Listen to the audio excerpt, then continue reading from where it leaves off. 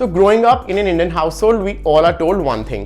अच्छी परसेंटेज और marks matter करते हैं, अच्छे ग्रेड्स मैटर करते हैं एंड फाइनली एक अच्छी रैंकिंग की यूनिवर्सिटी में पढ़ने से अच्छी जॉब मिलती है. Well, during the course of my career, I have spoken to thousands of students worrying about university rankings. QS या Times Higher Education, कौन सी रैंकिंग ज़्यादा अप्रोप्रिएट है, क्या सब्जेक्ट रैंकिंग्स मैटर करती हैं and so on and so fourth. Hey guys, my name is Saket and welcome to Leap Scholar. Internet पे you'll find so many independent organizations publishing university rankings each year, जैसे QS, Times Higher Education, US News and World Report, CWUR, Financial Times and The Economist. The list goes on and on. But do they actually matter? आइए discuss करते हैं आज के इस video में. So to start with, let's understand the background. हर साल एक नई रैंकिंग रिलीज होती है वर्ल्ड यूनिवर्सिटीज की एंड सबसे पॉपुलर है QS and Times Higher Education and I would say they are the most credible ones as well. Basically एक university को पॉइंट्स दिए जाते हैं on the basis of its academic reputation, research output, employability and internationalisation. इन सब points को add करके एक लिस्ट बनती है यूनिवर्सिटी रैंकिंग्स की.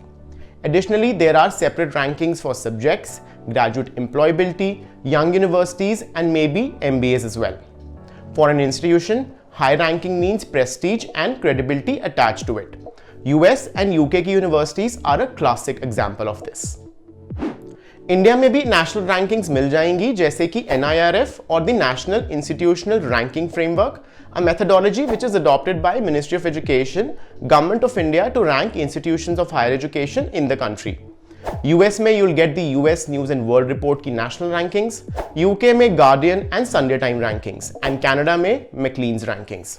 इससे पता चलता है कि majority सारी ही countries heavily emphasize on institutional rankings. Next बात करते हैं कि rankings क्यों exist करती हैं. हमें ये तो पता चल गया कि हर कंट्री में कोई ना कोई रैंकिंग टेबल अडॉप्ट होता है, बट इसके अंडरलाइंग रीजंस क्या हैं? क्यों रैंकिंग्स जरूरी हैं यूनिवर्सिटीज के लिए? कुछ महीने पहले there was a big news going around on IITs losing on world rankings.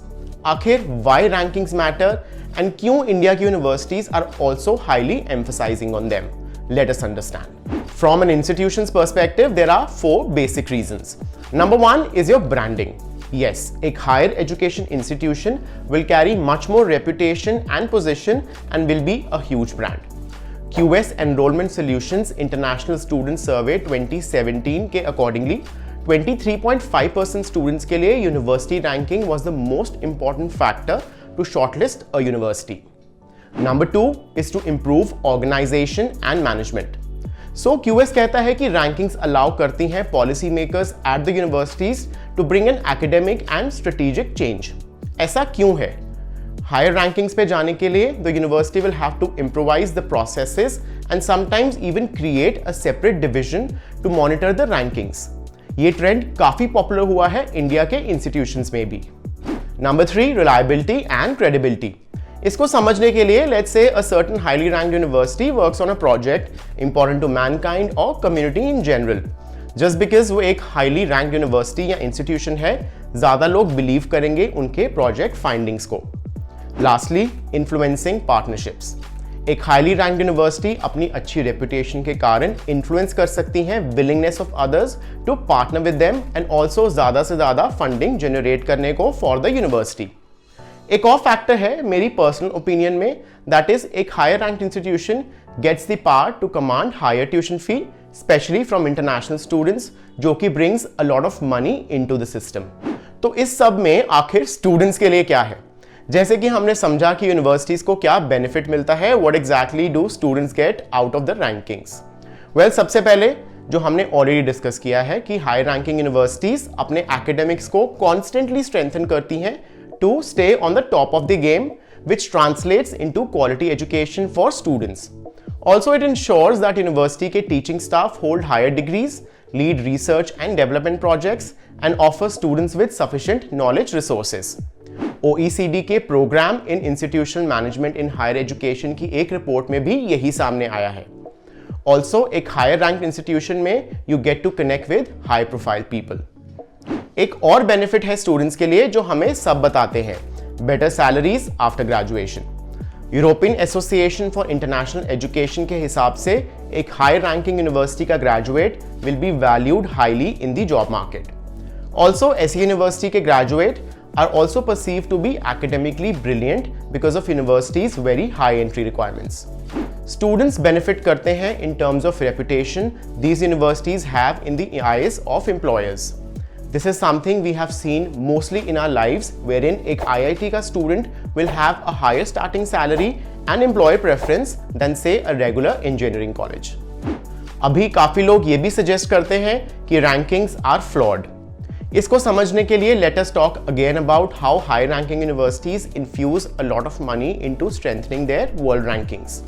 काफी एक्सपर्ट्स ये बोलते हैं कि लोअर रैंकिंग इंस्टीट्यूशंस अपने रिसोर्सेज को इन्वेस्ट करते हो शायद उनके इंफ्रास्ट्रक्चर को इंप्रूव करने के लिए, वोकेशनली ओरिएंटेड प्रोग्राम्स क्रिएट करने के लिए and hiring industry leaders with practical experience rather than researchers. Also इसमें यह भी बात सामने आती है कि mostly high ranking universities have that kind of money to invest in improving their rankings and the low ranking ones do not.